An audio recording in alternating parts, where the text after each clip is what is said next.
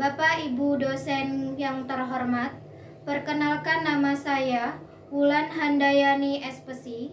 Saya sebagai guru bimbingan dan konseling di SMA Negeri 2 Ogan Komering Ulu, Kecamatan Lubuk Raja, Provinsi Sumatera Selatan. Dan saat ini saya juga sebagai mahasiswa PPG dalam jabatan kategori 2 tahun 2022 di LPTK Universitas Hamzanwadi, Nusa Tenggara Barat dengan nomor peserta UPPG 201698563872 dan NIM peserta PPG saya 22050101017. Hari ini saya akan melaksanakan uji kinerja atau UKIN menggunakan layanan konseling kelompok dengan topik cara mengendalikan emosi diri yang akan dilaksanakan di sekolah saya di SMA Negeri 2 Ogan Komering Ulu, Kabupaten Ogan Komering Ulu, Provinsi Sumatera Selatan. Berikut video uji kinerja saya. Selamat menyaksikan. Terima kasih. Wassalamualaikum warahmatullahi wabarakatuh. Assalamualaikum warahmatullahi wabarakatuh. Waalaikumsalam warahmatullahi wabarakatuh. Selamat pagi anak-anak semuanya. Pagi, Bu. Bagaimana kabarnya hari ini? Alhamdulillah luar biasa. Allahu Akbar. Oke, alhamdulillahirabbil alamin. Puji syukur kehadirat Allah Subhanahu wa taala di mana pada pagi hari ini kita dapat bertemu kembali di sekolah tercinta kita ini untuk melaksanakan layanan konseling kelompok. Dan Ibu sebelumnya mengucapkan banyak terima kasih kepada kalian semua yang dimana kalian sudah hadir pada pagi hari ini untuk mengikuti kegiatan kita hari ini ya. Oke, dan alangkah baiknya sebelum kita memulai kegiatan layanan konseling kelompok ini, marilah kita berdoa bersama-sama agar mendapatkan keberkahan dan rahmat dari Allah Subhanahu wa taala. Oke, di sini akan dipimpin oleh salah satu dari kalian ya.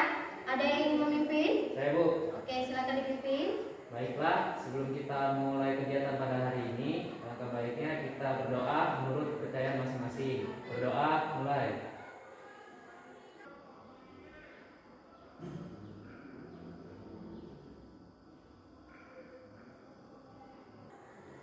Berdoa selesai. Oke, selesai ya. Oke, sebelumnya Ibu mau bertanya kepada kalian. Adakah yang sudah pernah mengikuti layanan konseling kelompok ini? Belum.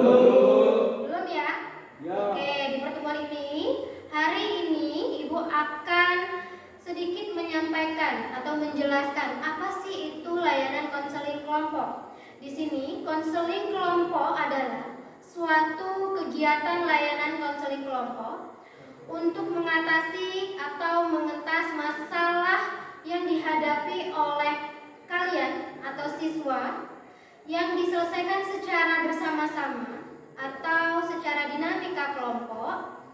Jadi nanti setiap kalian, masing-masing dari kalian akan menceritakan masalah yang kalian hadapi, sehingga akan kita pilih salah satu untuk menyelesaikannya bersama-sama atau secara berkelompok, dan akan kita bahas bersama-sama untuk mengentaskan pemecahan masalahnya ya. Dan adapun juga tujuannya yaitu untuk membantu atau menyelesaikan atau mengentaskan permasalahan yang kalian sedang hadapi bersama-sama secara dinamika kelompok. Sampai di sini ada yang ingin ditanyakan? Tidak. Oke, tidak ada ya? Cukup jelas ya? Jelas. Oke, selanjutnya di sini Ibu akan menjelaskan tahapan kita hari ini, yaitu satu tahap awal, yaitu seperti tahap yang kita sudah awali tadi ya. Yang kedua yaitu tahap peralihan, yaitu tahap di mana kita memasuki tahap inti ya. tahap ketiga yaitu adalah tahap inti. Nantinya kalian akan mengungkapkan suatu permasalahan yang kalian hadapi dan akan kita selesaikan secara bersama-sama ya, dan akan kita pilih salah satunya siapa yang akan kita selesaikan permasalahannya ya. Oke, dan yang terakhir adalah tahap penutup atau pengakhiran. Di sini alokasi waktu yang akan kita lakukan adalah selama 45 menit ya.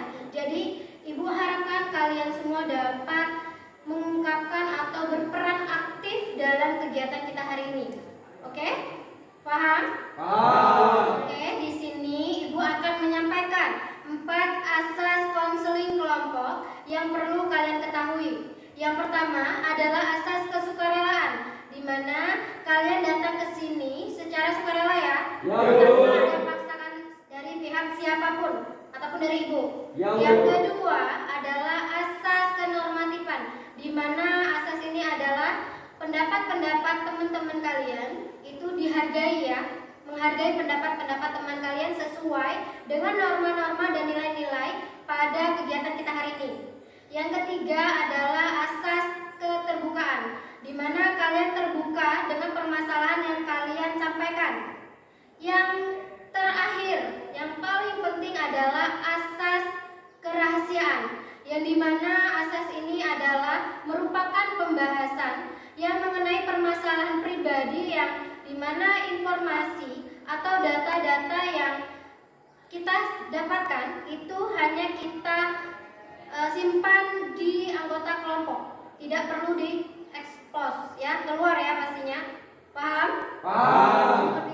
Untuk memperkuat asas kerahasiaan, di sini juga terdapat ikrar janji kerahasiaan yang akan kita lakukan dengan cara mengucapkan ikrar janji kerahasiaan bersama-sama.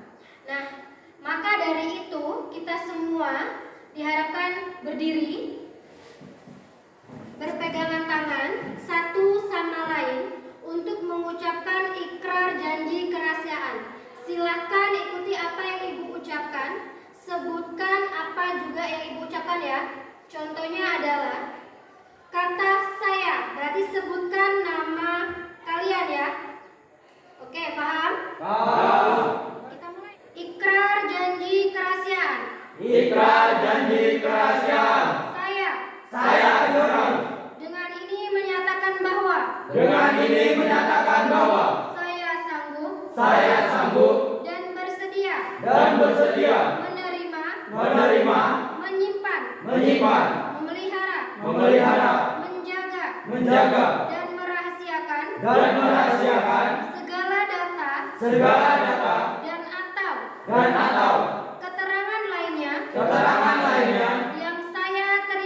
yang saya terima dari siapapun juga, yaitu data dan atau keterangan lainnya yang tidak boleh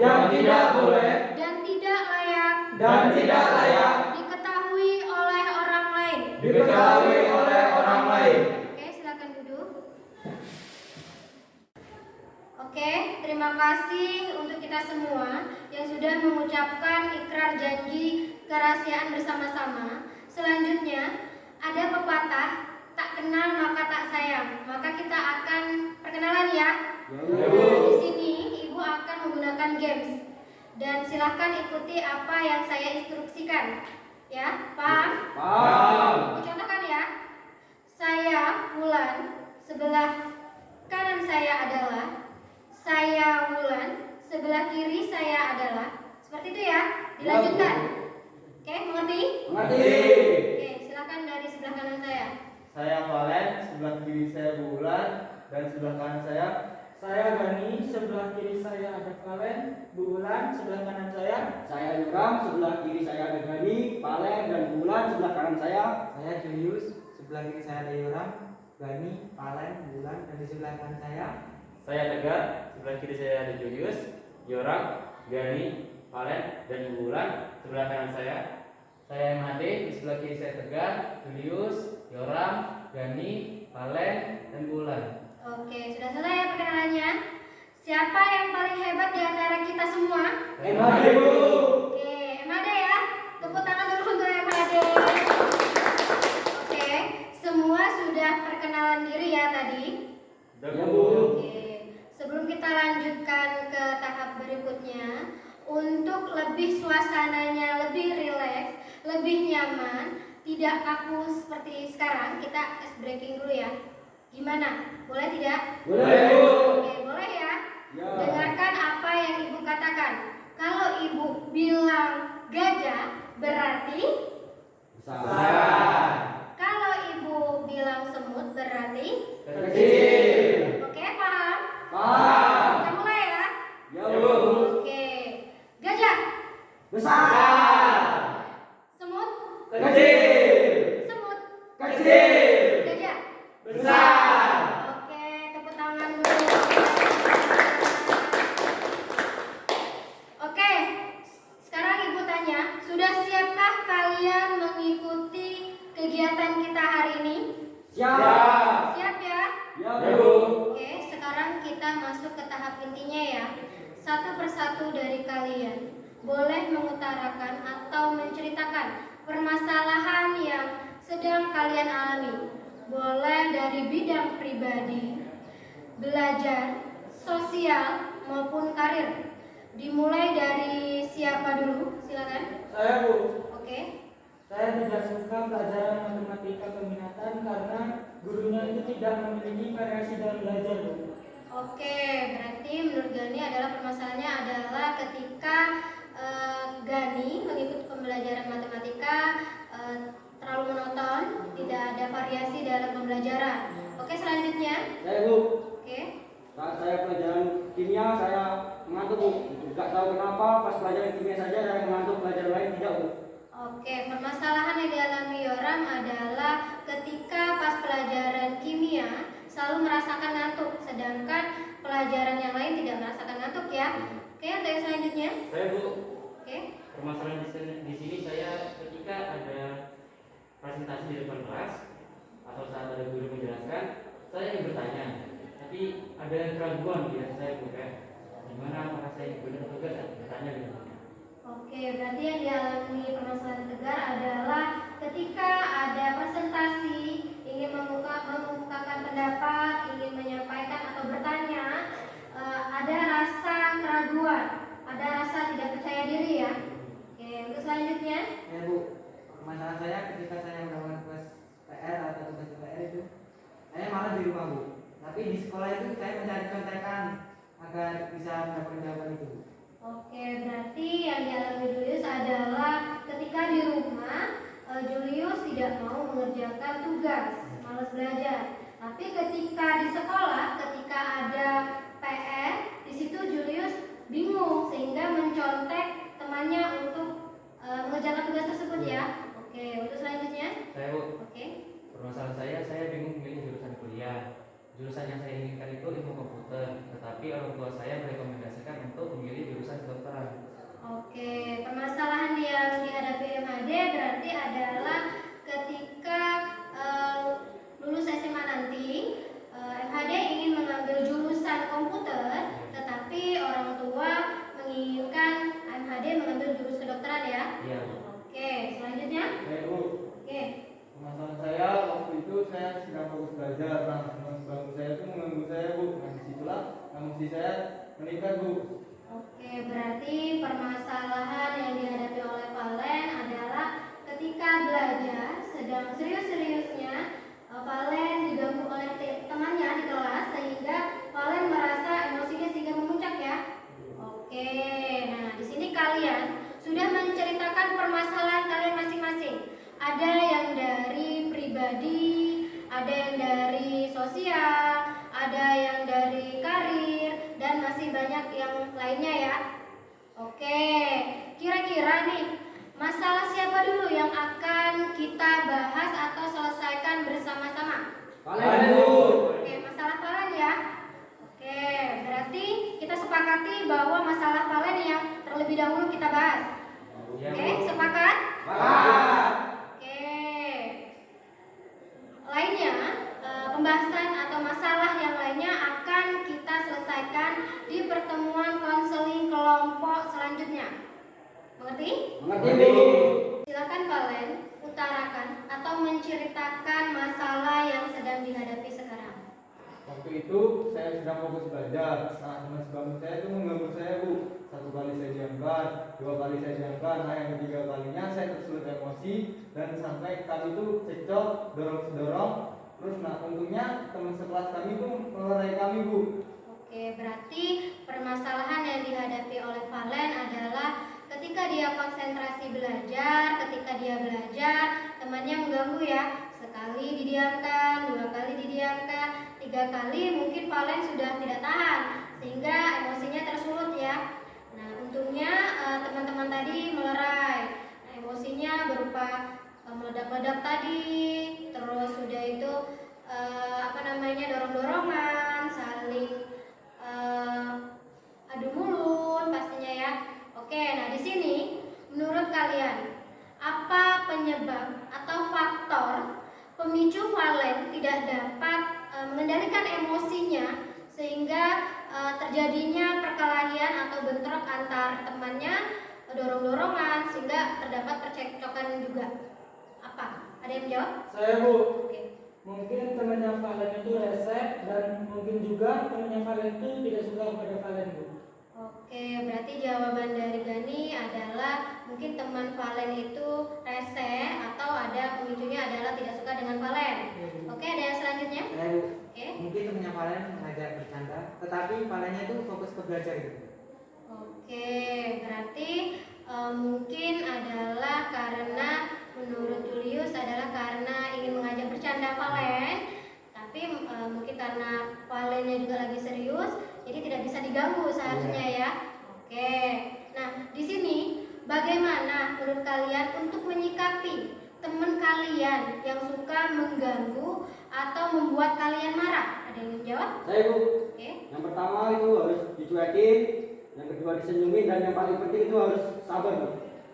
Oke, nah itu jawaban dari teman kamu Yora, Valen. Yang pertama adalah dicuekin aja, yang kedua disenyumin aja, yang paling penting kata temanmu adalah yang paling penting adalah sabar, ya. Oke, kira-kira adakah yang ingin bertanya atau menanggapi lagi dari teman-temannya? Saya, Bu. Oke. Valen, bagaimana sih perasaan kamu waktu kamu menghadapi permasalahan kamu itu? Perasaan saya tidak senang, pikiran saya buyar, emosi saya tidak terkendali. Oke, jawabannya dari Valen adalah perasaan yang tidak tenang, pikirannya yang buyar, emosi yang tidak terkendali karena mungkin konsentrasinya tadi terpecah. Nah, di sini Ibu juga menanyakan bahwa adakah yang bisa atau tahu dampak negatif untuk diri kalian sendiri ketika mengalami pengendalian emosi yang tidak stabil? Ada yang jawab? Saya, Bu. Akan memusuhi banyak teman. Oke, ada lagi? Saya, Bu, sulit bahagia dan sulit merasa tenang, Bu. Oke, ada lagi? Saya, Bu, resiko kesehatan juga stres. Oke, ada lagi? Saya, Bu, mempermalukan diri sendiri. Oke, ada Saya, Bu, lagi? memperbesar masalah. Oke, berarti dampak negatif yaitu yang pertama adalah pastinya dijauhi oleh teman ya. Yang kedua adalah kesehatan, yaitu stres. Yang ketiga sulit bahagia, tidak tenang.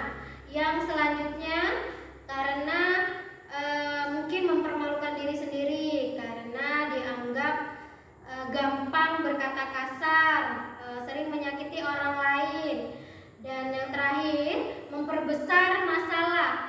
Maksudnya adalah mungkin itu akan jadi besar masalahnya ya.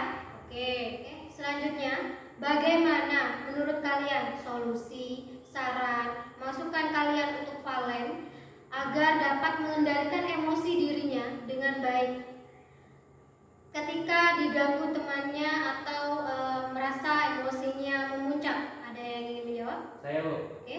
Yang terutama bersabar, jangan terlalu mudah tersulut emosi, dan sering berikhtiar dan istighfar. Oke, dari MAD bahwa lebih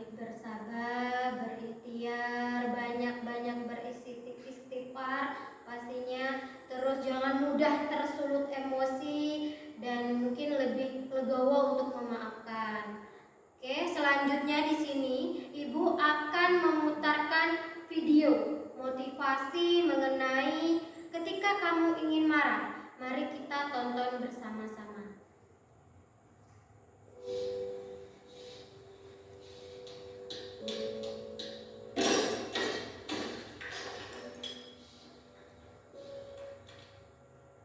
Semua orang bisa meluapkan rasa marah, tapi tidak semua orang bisa meredam rasa marah. Kita ini hanya manusia biasa, jadi sangat wajar kalau sesekali kita memiliki rasa marah.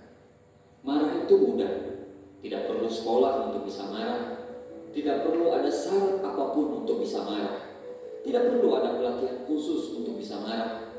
Marah itu emosi yang wajar dan pasti dimiliki oleh semua makhluk hidup. Semua yang hidup pasti bisa marah.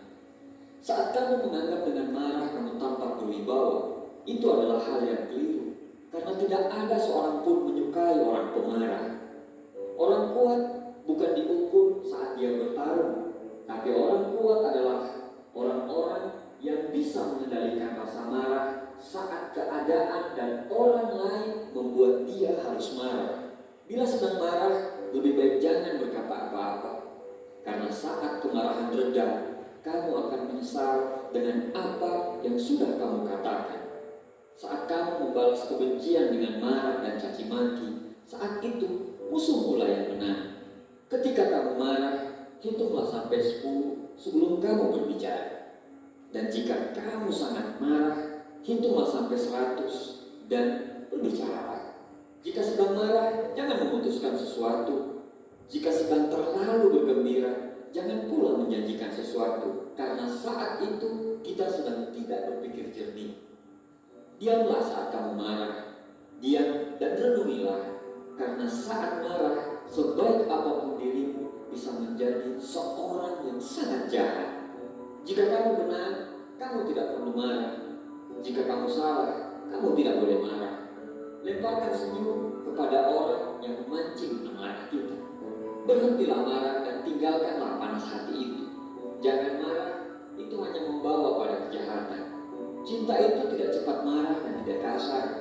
Cinta itu lembut dan menginginkan kebaikan bersama, bukan untuk menang sendiri. Kemarahan dimulai dengan kegilaan dan berakhir dengan penyesalan. Kamu boleh marah, karena siapapun bisa marah.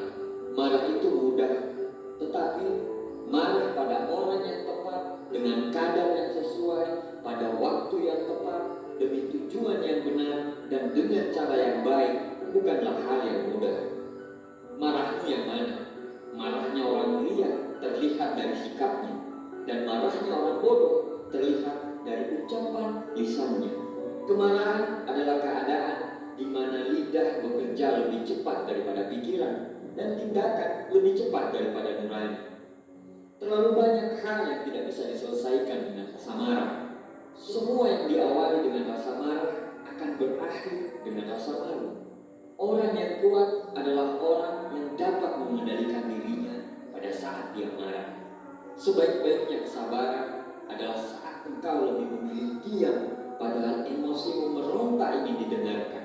Sebaik-baiknya kekuatan adalah ketika kamu memilih tersenyum, padahal ada air mata yang sejak tadi tidak mau dibendung. Semoga banyak hati yang bisa melunak, banyak marah bisa mereda, dan banyak kecewa yang bisa pulih. Terima kasih. Oke, kalian tadi sudah menonton video bersama-sama ya. Nah, di sini silakan kalian simpulkan mengenai video yang kalian tonton dan pembahasan yang sudah kita bahas hari ini. Ada yang ingin menyimpulkan? Saya, Bu. Oke. Marah itu hal yang manusiawi, tetapi marah juga dapat menyebabkan hal-hal yang tidak diinginkan, baik itu tindakan maupun perkataan. Karena orang yang kuat bukan diukur dari seberapa dia kuat, tetapi orang yang kuat adalah orang yang mampu mengendalikan rasa marah saat seorang memancingnya untuk marah. Karena akan timbul penyesalan ketika terjadi masalah antar teman. Oke, selanjutnya sebelum Ibu mengakhiri kegiatan kita hari ini, silakan salah satu dari kalian untuk menyampaikan manfaat dan kesan kalian mengenai kegiatan kegiatan konseling kelompok, terutama untuk kalian ya. Silahkan disampaikan kalian. Manfaat yang saya dapat yaitu permasalahan yang saya hadapi dapat diselesaikan dan mencapai solusi yang terbaik, serta diri saya dapat mengendalikan emosi ketika ada teman yang memancing emosi saya meningkat. Kesannya saya mengikuti kegiatan ini sangat bermanfaat bagi saya serta mendapatkan emosi saya lebih dapat dikendalikan terarah. Saya pun berterima kasih kepada Bulan serta teman-teman dalam menyelesaikan masalah yang saya hadapi. Oke, ada lagi dari teman-temannya? Saya Bu, Oke. kita semua mendapatkan ilmu yang baru Bu tentang pengendalian emosi. Oke, di sini Ibu akan memberikan kesimpulan dari kegiatan kita hari ini bahwa marah itu adalah emosi yang wajar. Pastinya dimiliki oleh setiap makhluk hidup, termasuk juga kita ya. Namun jangan menjadikan amarah itu sesuatu yang bisa kalian banggakan dan merasa bahwa kalian hebat. Namun orang yang bisa menahan atau mengendalikan amarah saat keadaan dan orang lain membuat kita harus marah. Karena kemarahan itu dimulai dari kegilaan dan akhirnya akan berakhir dengan penyesalan. Jadi kita harus bisa mengendalikan emosi kita dengan baik dan benar. Oke, selanjutnya di sini Ibu akan membagikan lembar, yaitu lembar layanan segera yang akan kalian isi, yang dimana berisikan pertanyaan topik apa yang kita bahas dan hal-hal yang kita dapatkan dari kegiatan hari ini.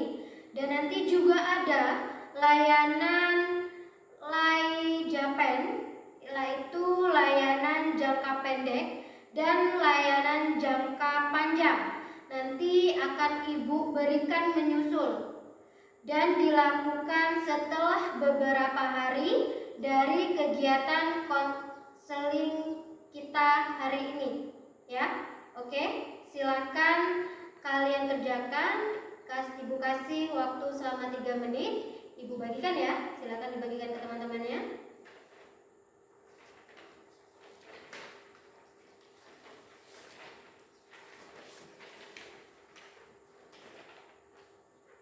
Oke, silakan dikerjakan.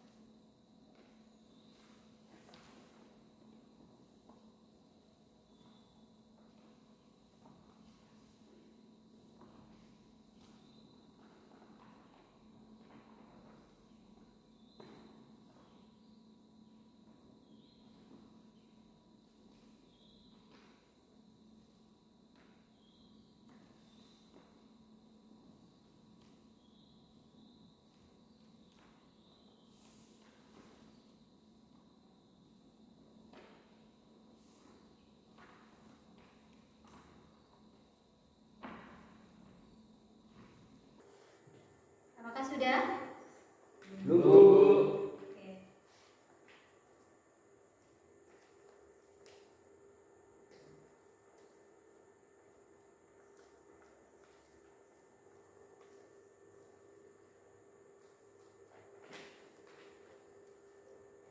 Sudah selesai? Sudah Bu. Oke, silahkan dikumpulkan kembali.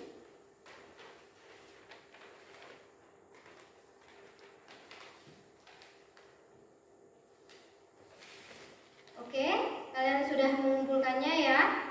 Nah, di sini Ibu lihat kalian kayaknya kurang semangat. Oke, kita coba kita melakukan tepuk semangat ya bersama-sama. Ya Bu. Oke, 1, 2, 3, tepuk semangat. Semangat. Oke, sudah semangat semua ya. Ya, Bu. Baik, Ibu ucapkan terima kasih kepada kalian semua karena kalian sudah mengikuti kegiatan kita hari ini dengan baik dan semangat pastinya. Jadi Ibu harap semoga apa yang kita bahas bersama-sama hari ini dapat bermanfaat bagi kita semua yang ada di sini, terutama buat kalian ya. Dan karena kegiatan kita hari ini sudah menghabiskan waktu 45 menit ya, jadi Ibu ingatkan kembali bahwa untuk permasalahan yang selanjutnya akan kita bahas dan selesaikan di pertemuan konseling kelompok selanjutnya, dan pastinya dengan tema yang berbeda ya. Baik, sebelum kita akhiri, maka marilah kita berdoa bersama-sama. Silakan dipimpin kembali oleh MHD. Silakan dipimpin. Baiklah. Sebelum menutup kegiatan pada hari ini, alangkah baiknya kita berdoa menurut kepercayaan masing-masing. Berdoa mulai.